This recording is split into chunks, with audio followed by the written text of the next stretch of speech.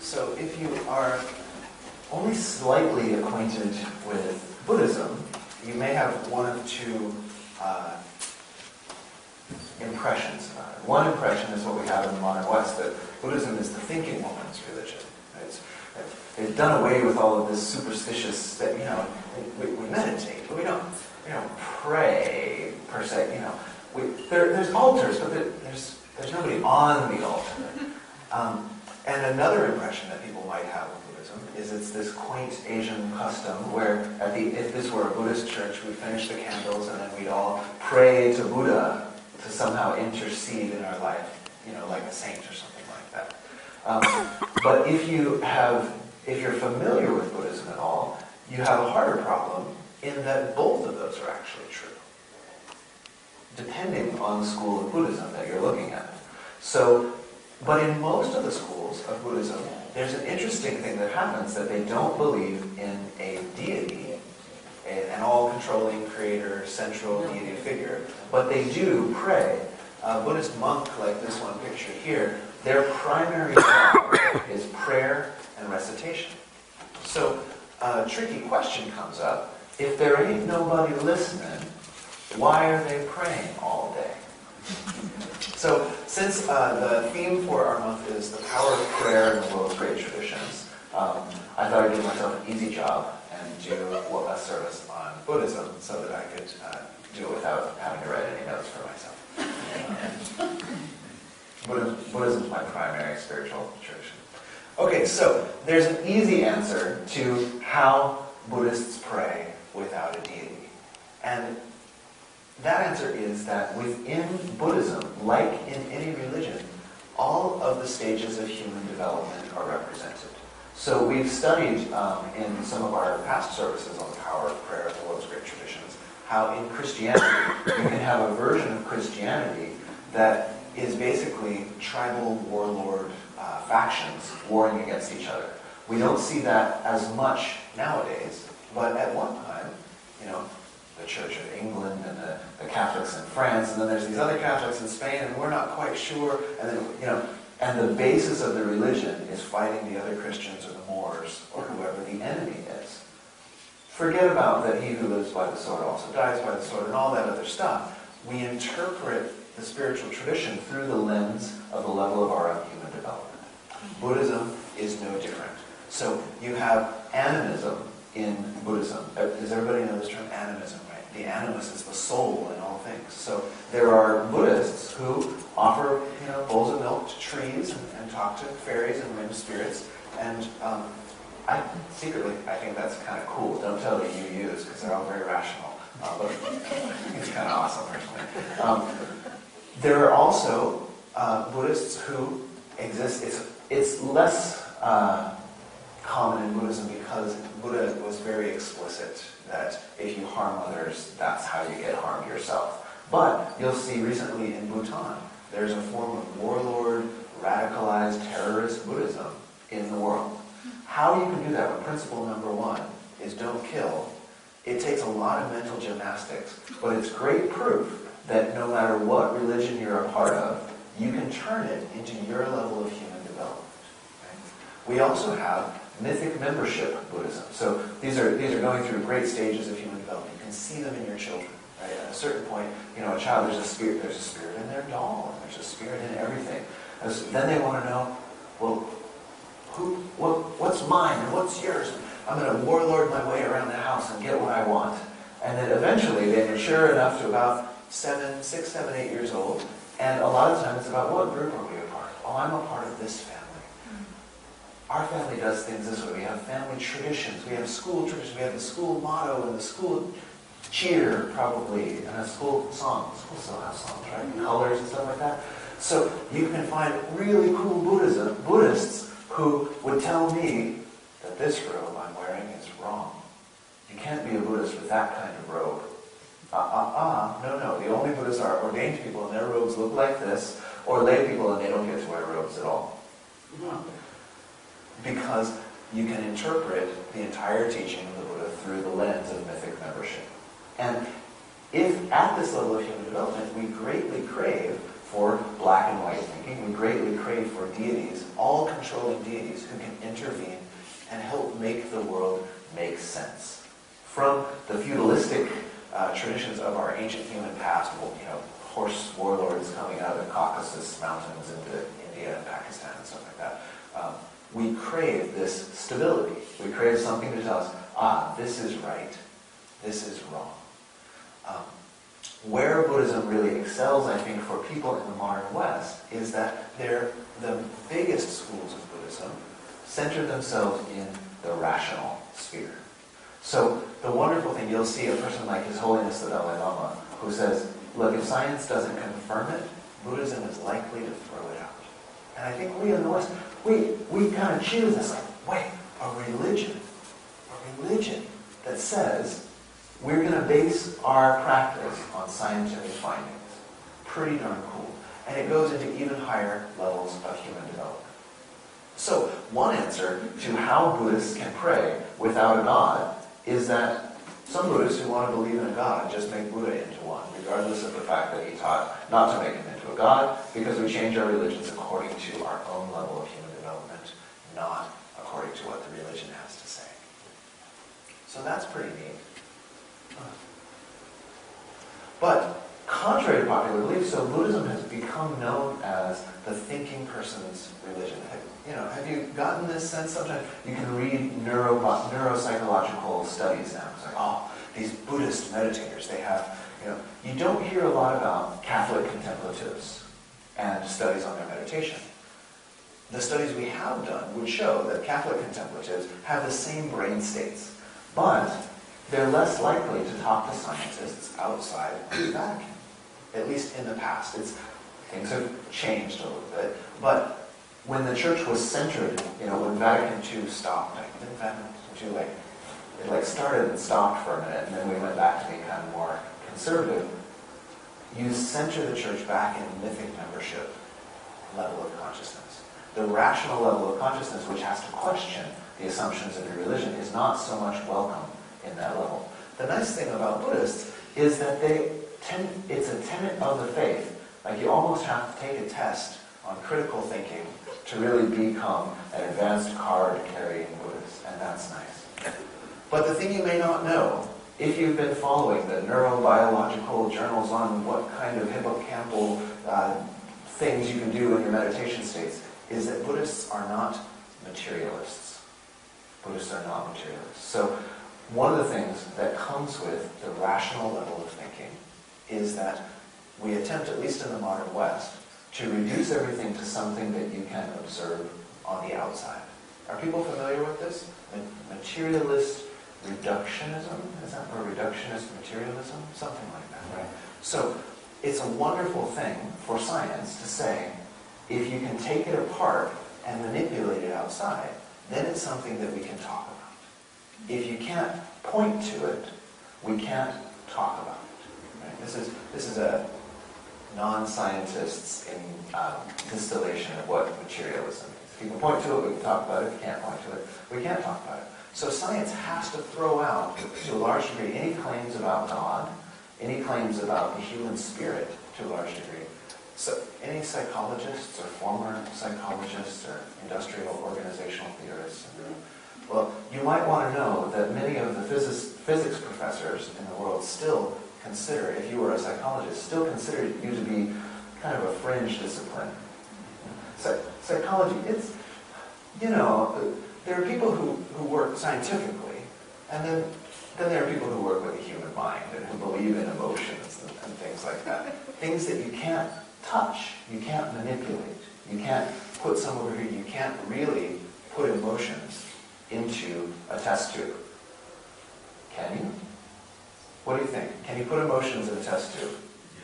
Yes. Yes? How? Oxytocin. So, if I took oxytocin and put it in a test tube, this is what a Buddhist debate might go like. If I put oxytocin and put it in a test tube, someone is feeling cuddly. No, we haven't created the feeling of cuddliness by putting oxytocin in a test tube, because you have to deal with subjects. And subjects are not reducible, because subjects are the being who is doing the seeing, and not the thing that is seen. What do you think? It's so subjective. So subjective. It's all so relative. Exactly.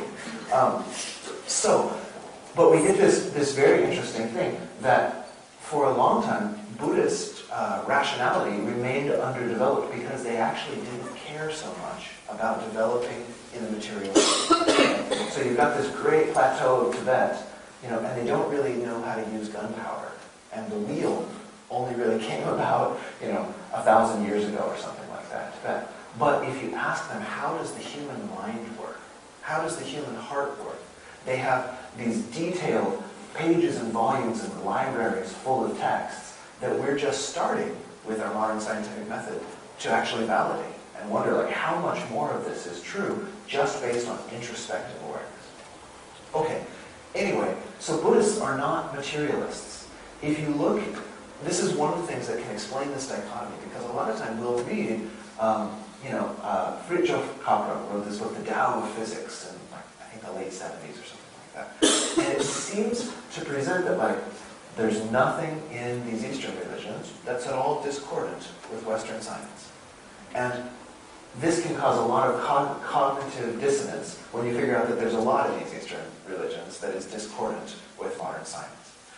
One of the stories of the Buddha, there are gods in ancient Buddhism.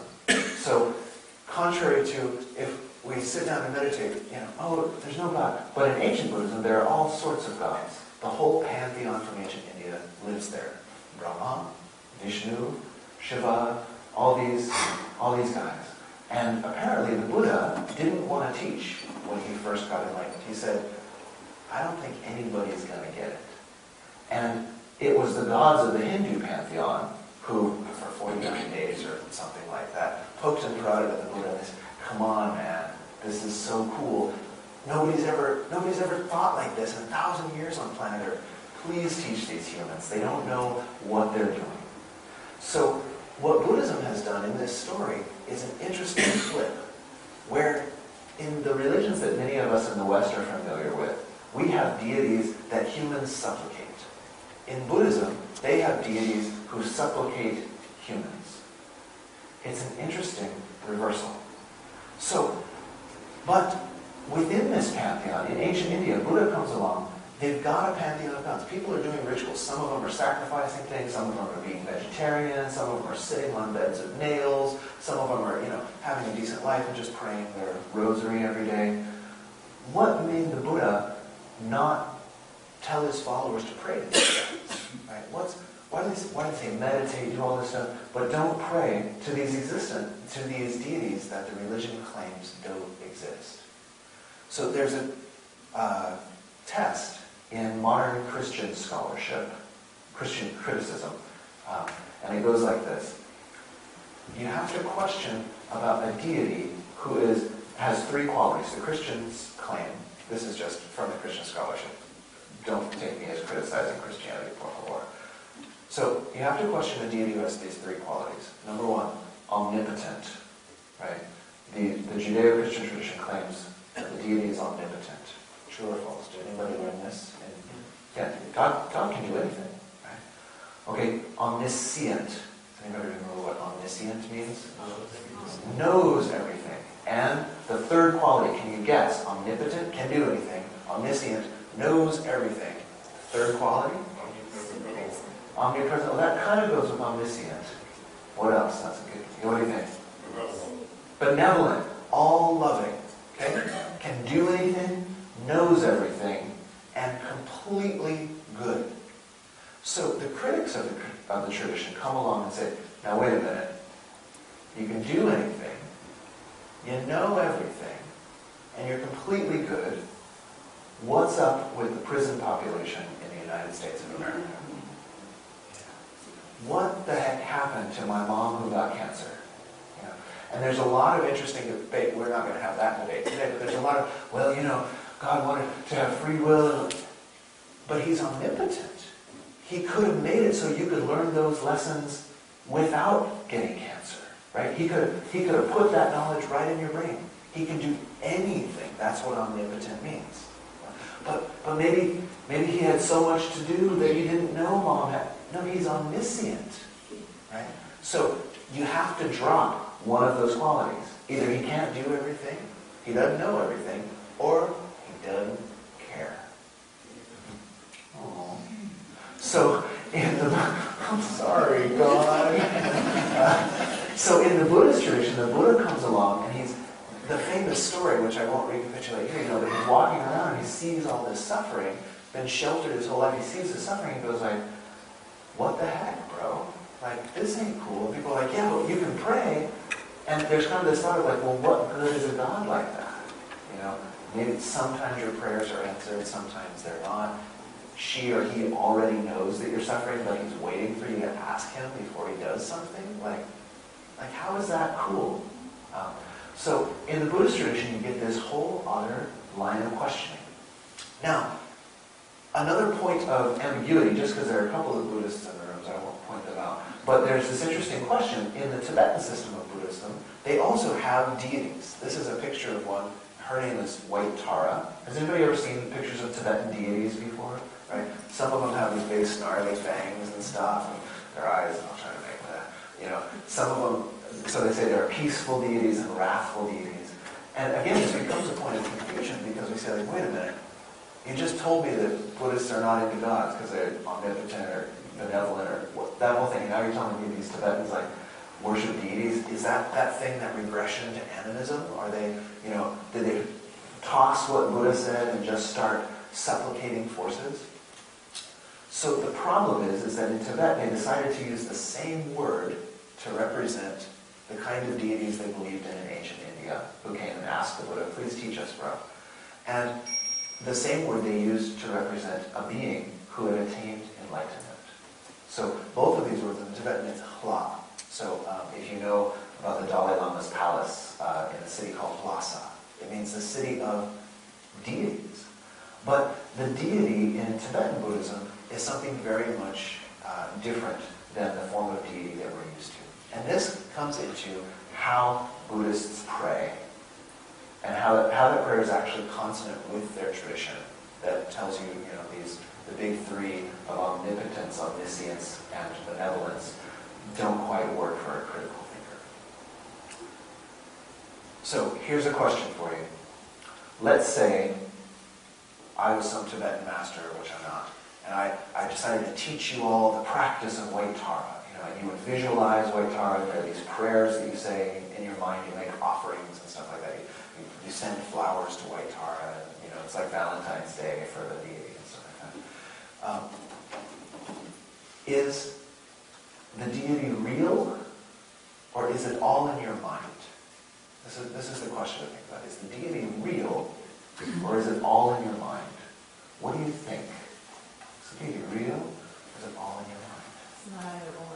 You got right on the first one. So the Buddhist tradition would say it's a false dichotomy. And they would say the deity is real because it's all in your mind. The deity is real because it's all in your mind. So this is, in a nutshell, because, this clock, I'm sure it speeds up the minute I start talking. Well, welcome to the Unitarian Universalist Fellowship. Goodbye. So in a nutshell, a lot of Buddhist belief says basically this: you will never see the world as it is. You will only see the world as you are. Right? And I think we can all relate to this. Have you ever taken something or someone for granted? Right? Okay, this is your confessional time. Raise your hand if you've ever taken someone or something for granted. Right? I was driving over the Highway 17 today, and I remember a time when I used to commute on the Highway 17. One day in traffic, good karma or something, I looked around and I said, where the heck have all these trees been for the last 2 years? I'm driving through the mountains in the redwoods in Santa Cruz, and had been getting no benefit from the beauty of nature that surrounded me because I took it for granted. They say in Buddhism, how you test this, the truth of something is its functionality. And I think we could say this in science too, right? If you can't make it work, you can't really say it's real, right? You can't replicate the principle. It doesn't exist. So for me, those trees did not function. And as a Buddhist, you would say, for 2 years of my commuting on Highway 17, there was no redwood forest in a practical way in my life. So they would say, just as there were no redwood trees in my life, there could be a white Tara in your life, should you choose to accept her. Not as your personal lady and savior, but to do these practices and meditations. So this is how they answer the omnipotence question. In classical Buddhism, which rationalists are still on the fence about some of its claims, but they claim there really are enlightened beings like floating around out there. And because they were so compassionate, they have attained a type of omniscience, like they've attained some universal awareness. But they're not number 3, which was omnipotent. So in classical Buddhist thought, they love everything, they can see it all, they just can't do it all. And this is where, to a traditional Buddhist, prayer comes into play. Because it's not until you ask that you can invite the power of these enlightened energies into your life. Now this is the traditional explanation, but I think as many of us rational people, there are a lot of cute clues in here about what we can do with our own life. To tell you about that, I have to tell you about the Tetris effect. Have you heard of the Tetris effect? This is my test to see if I've said this in a service here before. I give a lot of talks in different places nowadays. The Tetris effect, they found that people who play this, have you seen this game, Tetris, from Russia? It's like geometric shapes that fall down. So if you play it for long enough, you'll walk around and start trying to fit, with your mind, fit buildings in between cars and stuff like that. And they've studied this in the lab, and it's got a name, the Tetris effect. Right? There's also, it happens once that one person studied this with a video game called Grand Theft Auto. Have you heard of Grand Theft Auto? Right? So this is kind of a terrible video game in that, like, you're beating people with clubs and stealing their cars and things like that. And when you play that, it's the same thing that moms everywhere are concerned about what's on TV. It's really true. The thing that you're exposed to the most conditions your experience of the world and your behavior in the world. I'll say it again for emphasis, like they teach you in theological school. The thing that you are exposed to the most conditions your experience of the world and your behavior in the world. So that's the bad news if you've been playing Grand Theft Auto. Sorry. The good news is, if you've been playing Supplication to White Tara, or Jesus, or whatever it is, nature, John Muir, whatever it is you dig, by exposing yourself to that on a regular basis, it conditions your experience of the world and your behavior in the world. In the higher Buddhist sects, they have this sort of esoteric tradition, and they say, if you practice this meditation, eventually, let's say it was on White Tara, eventually you will see a world which is peopled only with White Tara. And you yourself will turn into White Tara. You're like, that sounds esoteric and interesting. But I think on a psychological level, if you expose yourself to this type of imagery, if you plant these habits in your mind, if you plant these active constructs in your mind, rather than looking around and seeing nothing but a world of cars to steal, you might wake up one day and look around and see nothing but benevolent beings trying to teach you how to open your heart. So here's your question. Is there anything about the behavior of the people in this room and the people in the last political debate you heard of that's impossible to interpret as someone trying to teach you how to open your heart and be more loving? I didn't say hard to interpret. I said impossible to interpret. Right? So it's difficult for me, watching some of what's on the news, it's difficult to interpret that as, yes, this is going to make me more loving. Thank you for teaching me. But in fact, it's not impossible, and it might be exceptionally practical. It doesn't mean that I don't vote, because they're Buddhas, just here to teach me. It might mean that I vote especially hard. I'm not exactly, you poke the computer screen especially hard or something like that. You study especially hard before you go. But the point of view of your mind is what's changed. Rather than walking around in a world of suffering, you're walking around in a world of angels, or a world of lessons, through the power of what you've exposed your mind to. So, in traditional Buddhist terminology, I don't know, I got all these other slides up there that we're not going to get to, but let's see. Ooh, that's fun. Let's just leave that there. In traditional Buddhist terminology, they call this karma, right? And karma has this bad, it gets associated with fate and all of this kind of stuff. At its most basic level, karma means what you do with your mind. And it's the same thing we find in positive psychology. They say what you do with your mind creates your world in ancient Buddhism. And we found that what you do with your mind creates your world through modern, rigorous study. So they would say, when you pray to a deity who is real because they're in your mind, not are they real or are they in your mind, they're real because you're in your mind. Does your prayer work because the deity is real? Or does it not work because it's in your mind? The prayer works because the deity is real, because they're in your mind. They say in traditional Buddhism that prayer is a type of karma. It's creating an activity in your mind that is bound to have an effect. So, we know why these monks now spend their whole day in prayer.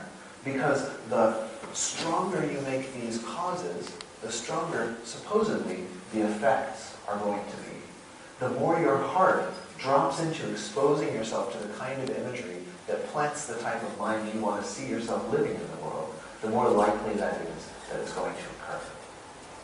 The other prayer that you'll see in Buddhist terminology is called the prayer of aspiration. This is the one we read at the beginning. When anyone is sick, may I be both the food and the medicine and the doctor and the nurse. When anyone's poor, may I myself become a shower of riches.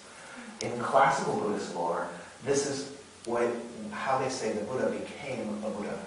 Long ago, in his past life, ages past, the Buddha said, I will help living beings. I'll become some kind of being who can help others.